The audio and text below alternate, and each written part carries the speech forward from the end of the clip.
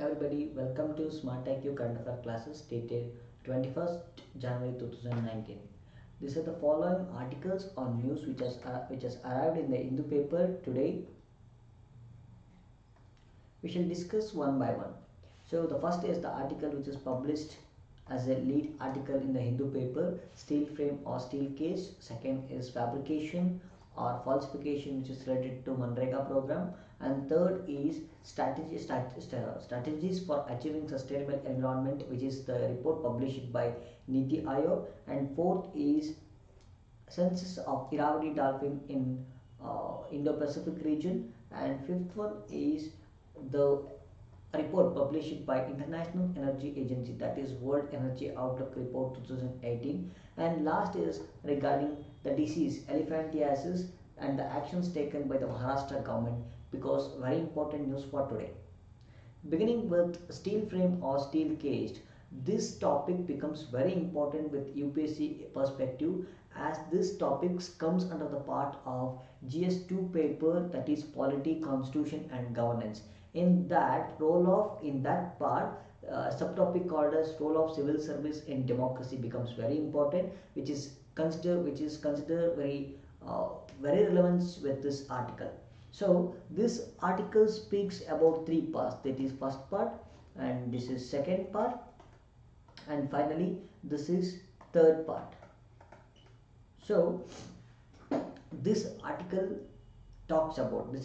focus about recent trend of civil servant leaving their profession and shifting to different professions, especially in politics. Demonstrates that there is something diminishing role of civil servants in the country, because the power lies with them is very acute to bring a major difference in the society. So the civil servants are leaving their profession and shifting to the different professions like politics. So this is a very big concern, and this is a before Munchayanath becoming an IAS officer was a very prestigious job for everybody, and many of the people till now even get attracted to the civil services, because due to the following reasons which are in the second part. Especially the youths who are under below the age of 35, they wish to become IAS aspirants with multiple agendas they keeping in their mind. But the recent trend says that regarding the IAS officer who gave retirement in Jammu and Kashmir, who is the spokesman of this article, explains that this is the reasons, like diminishing role of power within the civil servants makes them to shift to the different professions is the major concern. Okay, let's discuss what makes to an aspirant to get into the civil services, what motivates an aspirant to get into the civil services. Beginning with, it seeks the job itself or the position itself or the designation itself seeks a status in the society. Yeah, heard that if an IAS officer is going, we feel like respecting much, we feel like is something above the normal, or we feel that is very super normal. I mean to say that the job seeks status in the society. Beginning. Second thing is that the gaining social respect through obtaining merit in CSE. You all of us know that civil services is one of the toughest examination in India, not only in India, even in the world also. So with this social respect, people start hard to get into the civil services by cracking the exam and coming in the merit list. And third is authority to exercise power, like the power within the which is in the hands of IAS aspirant becomes very powerful to exercise his power in especially the law and order implementation. And fourth option to get motivated is participate. He can exclusively participate in nation building and development agenda directly, though we can also participate, but the bureaucrats, or though called as civil servants, can directly participate in nation building and development agenda. And the last point is this is the very interesting point which all people get attracted to this service, with a service motto: power to do something good for the larger society. Do something for the larger good becomes very attractive for the aspirants to go to the civil services, becomes the very important criteria. But even though the civil servants offers this platform to explore every form of service to the nation. Though there are the exact reasons for living civil servants, the exact reason for leaving this profession and shifting to the next profession are the following reasons. First is, earlier IAS and politicians were pursued that they were meant for doing something very good to the society for and creating a meaningful path to the entire larger people to live in. So but nowadays the power, they think that even some reality or some instances show that the bureaucrats are left with minimal power and majority of the power is shifted to the politicians, where the politicians control or give constraints to the bureaucrats to function in a good manner, so that their part in bringing something good in the larger society becomes very minimal. So this point has left bureaucrats very less role to play within the society to bring a larger good. And second is the exclusive power, the authority of power in law and order implementation as left with politicians. The orders which they give simply said to be followed by the bureaucrats, so that the authority or power has majorly left with the politicians. And this is the second reason, so that the bureaucrats are leaving the jobs for their profession. And third one is impact civil this is impacting civil services, especially IAS jobs, diminishing their roles and their profession, and they're making it to shift to the another profession, and somewhere it is left with less public importance comparative to the politics. So this is actually making the civil servants to shift their profession to another. Okay, moving on to the next article, fabrication and falsification. So this is a lead editorial today in the Hindu paper, which is covered under the syllabus GS3, that is Indian economy. Indian economy in this subpart employment and development. So this article focuses on lack of proper data that is available in the management system, which has led to the weaker implementation of Manrega program. All of you know that Manrega program is a program which guarantees employment to the rural people. Though they don't have work in the 365 days, this program helped them by providing opportunities to the jobs and paying them money and making them to creation of the developmental projects in the rural areas. So the abbreviation itself says that Mahatma Gandhi National Employment Rural Guarantee Act. So problems with, there is some, this article has stated that there are some lacunas or some loopholes within the Manrega program. Let us study that problems one by one. Unemployment allowance. See, the Manrega is a demand driven program which is demanded by the people for the employment opportunities. So this program says that the work should be given to the laborers within 15 days. If this is delayed, if the work gets delayed, if 15 days, if the work gets delayed from the center to the laborers, if the work gets delayed, the government should pay the employment allowance, unemployment allowance. So in the way that the left people, if the people are left unemployed, the government has to create them jobs and they have to give the employment. If they are failed to give the employment, government has to pay the unemployment allowance for the people. So the work demanded by the laborers, the data, I mean the work demand means the work is demanded by the laborers, and employment generated means, the word employment generated means the employment generated by the government. So this set of data number 1 and data number 2, the both data should be available in the management system, management information system of the Manrega program. So this data is lacking in the management system. So this forms the problem within the Manrega program. So unemployed, the data is improperly coded, or the data is absent within the management system, which makes the this developmental program very weaker.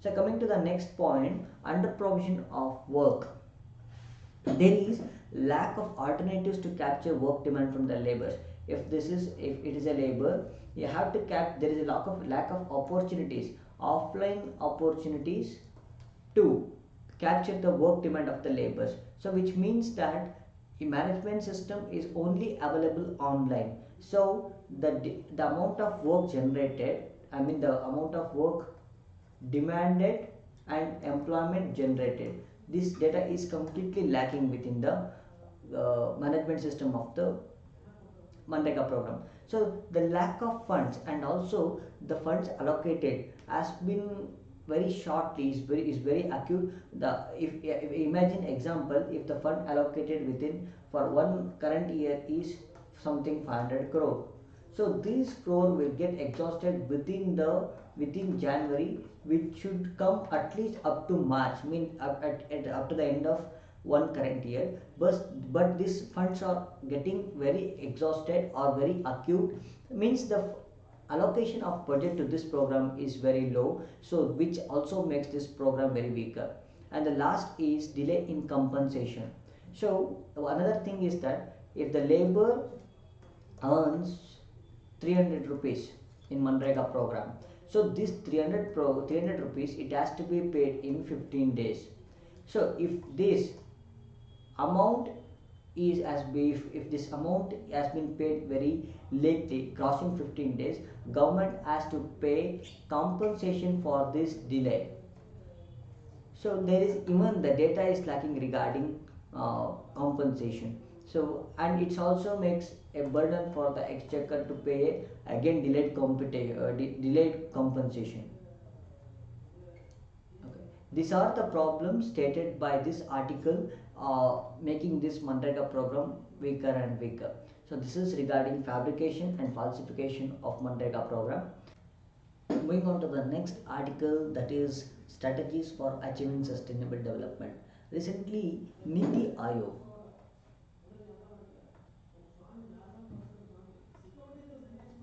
Recently, Niti Aayog, that is the planning body of India, has published a report of 75 years. That is, when India becomes 75 years at 2022, it has published a report for forming a New India. And this report by Niti Aayog, it speaks about sustainable environment.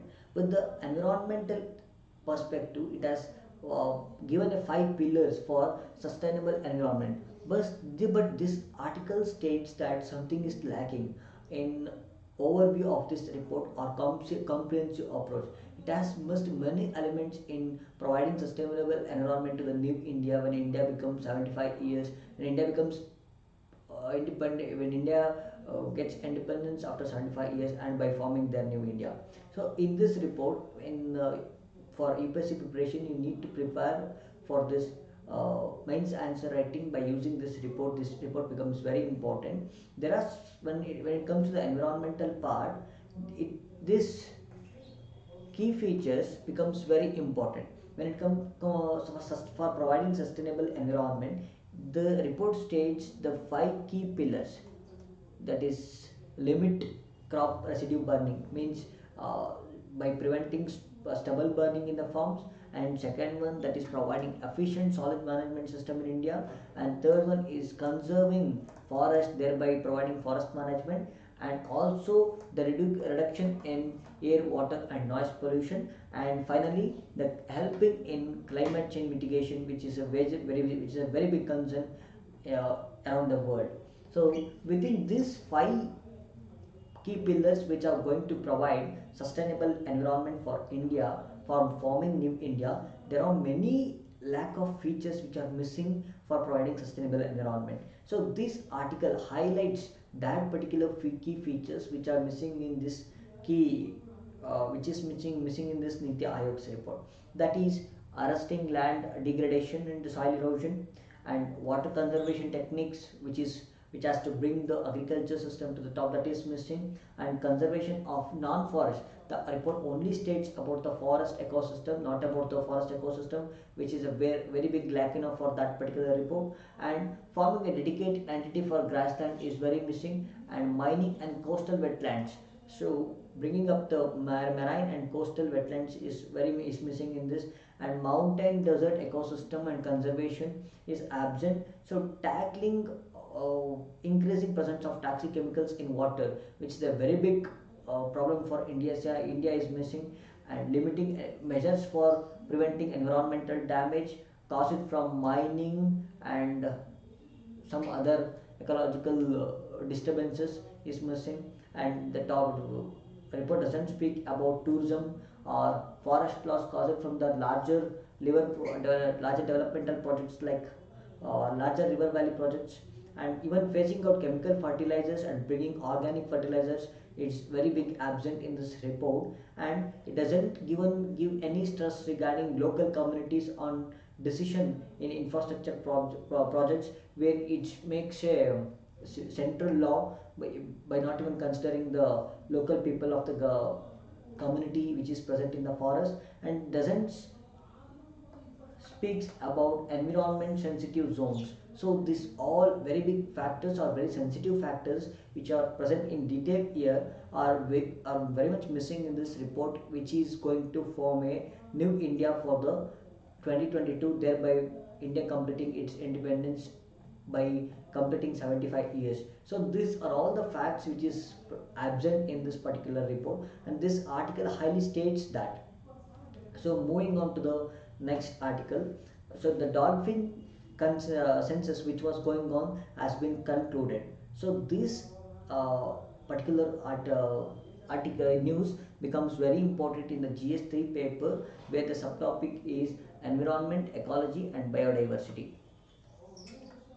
Recently, the annual Irrawaddy Dolphin Consensus concluded in Gahirmatha Sanctuary and Bitkarnika Wildlife Sanctuary, where the consensus, so where the census was going on, it has been concluded, and recently the figures will be announced very sooner. So the important thing is that we have to know about basic facts about Irrawaddy dolphin, and there are three types of dolphin. One is South Asian dolphins,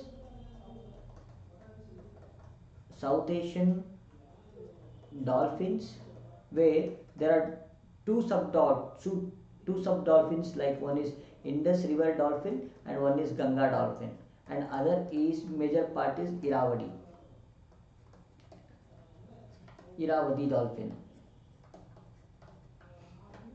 So this Irrawaddy dolphin are found in Indo-Pacific region, where the name Irrawaddy gets from a river called as Irrawaddy, which is present in Myanmar.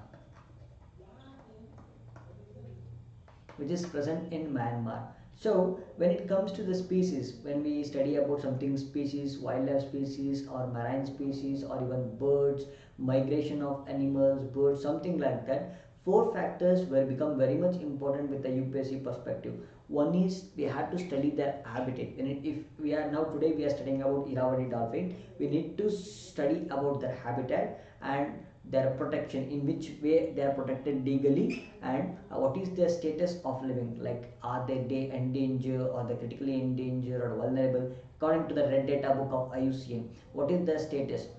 And last is, are they listed in the any international conventions like base convention, sites convention. So with these four factors, if you study and analyze the UPSC previous year question papers, if you see the multiple choices or if you see the previous year question papers, these four facts become very important. One is habitat, and one is, are they protected under any legal entity, and what is their status of living, and are they listed in any international conventions. This becomes very important. When it comes to the like South Asian difference, unique feature of Irrawaddy dolphin, it is present in, it can even live in ocean waters, even freshwater waters, and even in brackish waters. This is very unique feature of Irrawaddy dolphin. It can live in even fresh waters and even brackish water.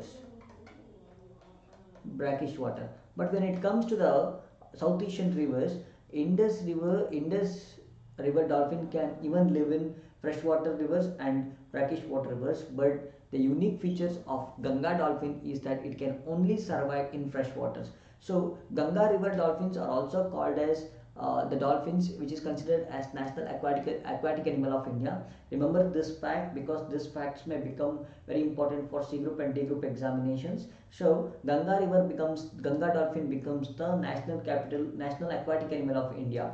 So this habitat of this Ganga river of this is freshwater. This only survives in inland waters or freshwater rivers. So you need to know the difference between Ganga rivers, that is Ganga dolphin and Iravadi dolphin. Iravadi dolphin. So they are only present in freshwaters. They are freshwater plus both brackish waters. First one, and both are protected under Schedule 1 of Wildlife Protection Act. WPA means Wildlife Protection Act. So this is also saying their own. It is also Iravali dolphin is also protected in Section 1 of WPA Act 1972, and this is also endangered in IUCN list, and it is also the illegal trade is the illegal trade of prohibited illegal trade of these dolphins is prohibited under Appendix 1 of CITES Convention. So CITES. So all these three factors remain same for these two Ganga dolphins and Iravadi dolphins, but when it comes to the Ganga dolphins, it only survives in freshwater, while Iravadi dolphins can survive both in freshwater and brackish water rivers. So Ganga dolphin is present in the Ganga delta, where it is seen in river deltas, estuaries, in the river part of the Ganga delta. So but Indus dolphins can are present in Pakistan near Lahore, and both in Bias river of Indian portion. So coming on to the next article, with the next news, that is getting a raw deal.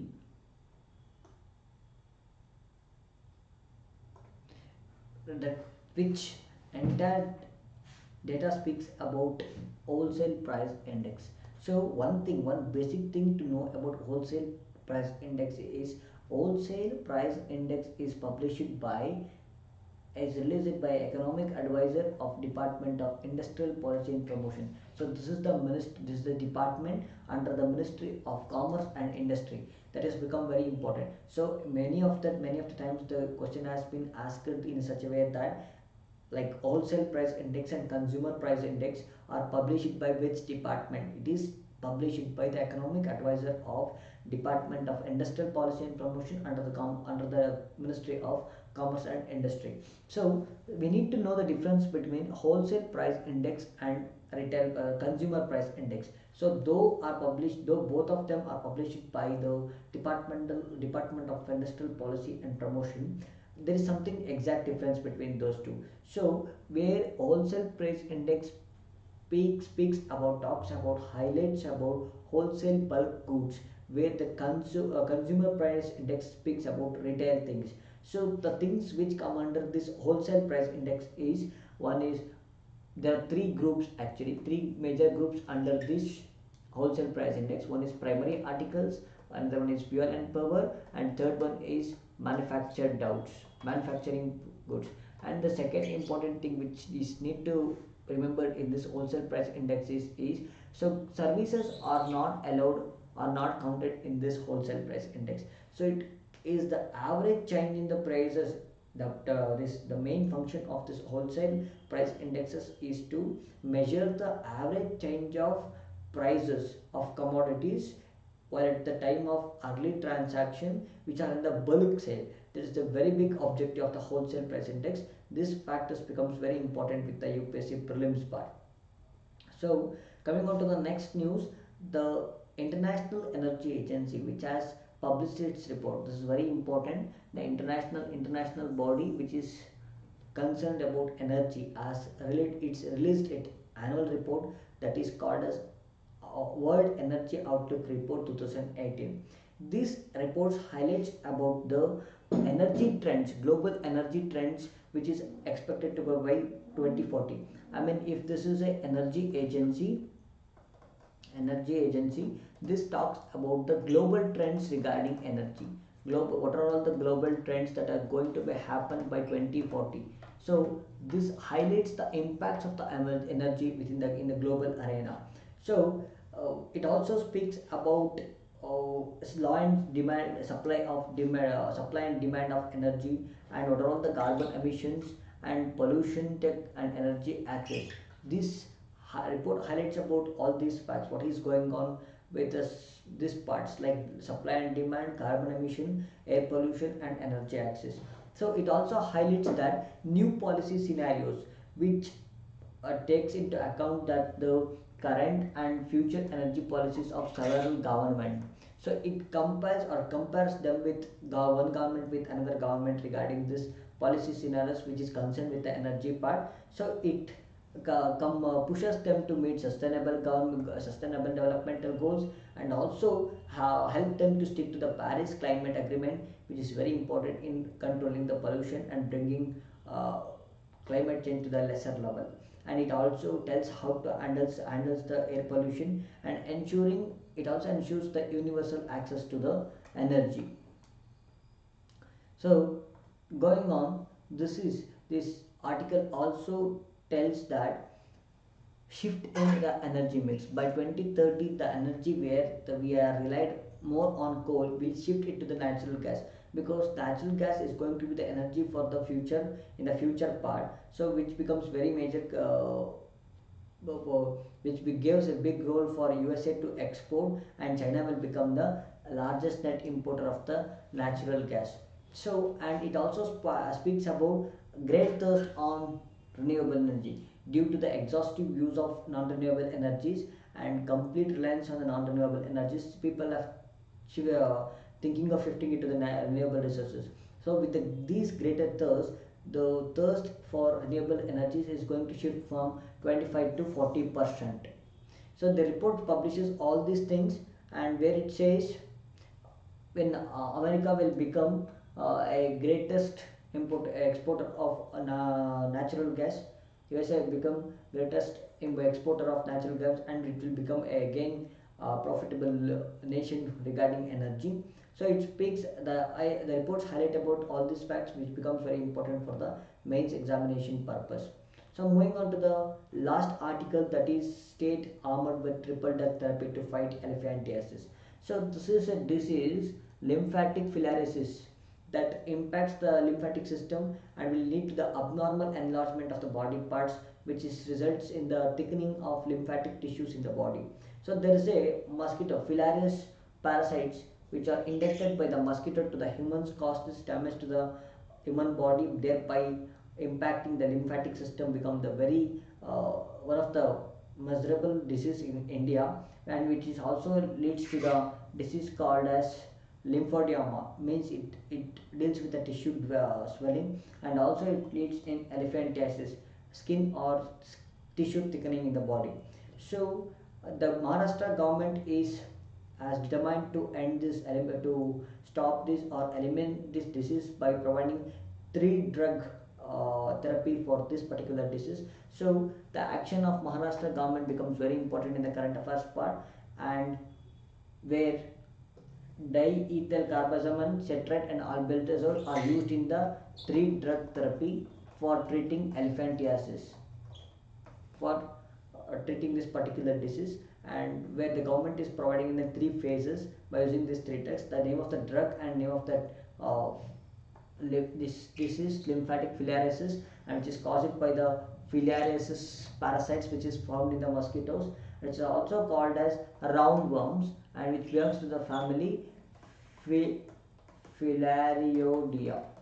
So this all the name of the parasite, the family of the parasite, and the disease name, and the symptoms of this particular disease, and action taken by the government to mitigate this disease becomes very important with the UPSC perspective. So concluding all this article, thank you for the listening. Thank you.